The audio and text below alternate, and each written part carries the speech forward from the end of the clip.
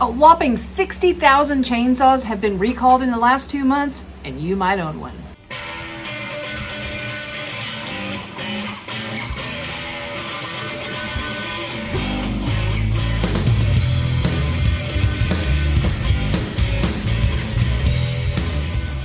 Hey y'all, thanks for tuning back into Chickanic. I hope everybody's having a great week. You heard that right. Over 60,000 chainsaws and pole saws have been recalled in the last 2 months, and you might own one. They also happen to be a unit that I've advised people to buy. Now, just because I only work on gas-powered equipment doesn't mean that I don't recommend homeowners buying a battery-powered or a corded unit, because sometimes that's all you need.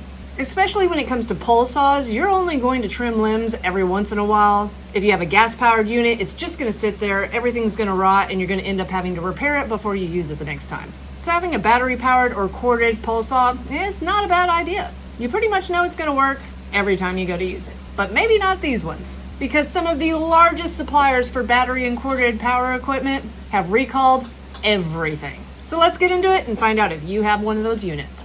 But before we get into today's video, if you're a fan of saving time, money, and frustration while fixing your own small engine equipment while watching in-depth tutorials, you've come to the right place, because that's what I do. I upload a couple times a week, and if that sounds interesting, hit that like button, smash that subscribe. Don't forget to hit the notification bell, and please leave a comment. I love to read through the comments, and I will reply to all the early commenters. Now, let's jump right in. Positec recalls electric corded chainsaws and pole saws due to laceration hazard. Now, these are some of the most commonly sold corded and battery powered equipment there is. Hypertough, Works, and Portland saws. Now, they say that the main switch on the recalled chainsaws and pole saws can fail, allowing the saw to continue to run even after the switch is released, posing a laceration hazard. Yeah, that's a little dangerous. About 49,000 units have been recalled, also another 3,000 in Canada. Now, all of these units were sold by Walmart, Harbor Freight, or Amazon within the last year. So if you have one of these units, definitely get a hold of them. They will send you a box and a shipping label to ship your unit back to them. They will send you a brand new pole saw or chainsaw. But that's not all. DR battery powered chainsaws. Do you have one of those? DR Power Equipment recalls battery-powered chainsaws due to fire and burn hazards. Ooh, the motor controller of the recalled chainsaw can overheat during operation of the unit, posing fire and burn hazards. Now, there was about 7,200 of these units sold from June of 2018 to July of 2024, and they've had 20 reports of sparks, fires, and smoke. Now, here's the problem that I have with DR's recall. They want you to completely destroy your unit. They're going to supply you with a list of what you need to do. You have to take pictures showing that the unit is completely inoperable. They're then going to give you a pro-rated refund depending on how long you've had your unit. What if you bought it and only used it one time and it's still like brand new? I don't think that's cool. They have no remedy to replace the unit. It's their discretion on how much they want to pay you because of their faulty Chinese battery-powered chainsaw. And then not only that, you got to figure out what to do with the lithium battery. And you might not have seen my video about lithium batteries, but currently the way they've been recycling them is just burning them all up.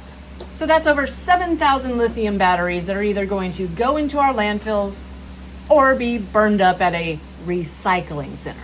Now, at least the company that owns Hypertough, Works, and Portland chainsaw and pole saws actually remedied the problem, figured it out, and is replacing the unit. Gotta give them kudos for that. But DR, which is owned by Generac, importing these battery-powered chainsaws from China, not cool. Alright, enough about that. But before I head out, I have two things I really want to tell you. I do want to give you a reminder that I am going to be attending the world's largest outdoor power equipment expo in the entire world this October, from October 21st through the 24th.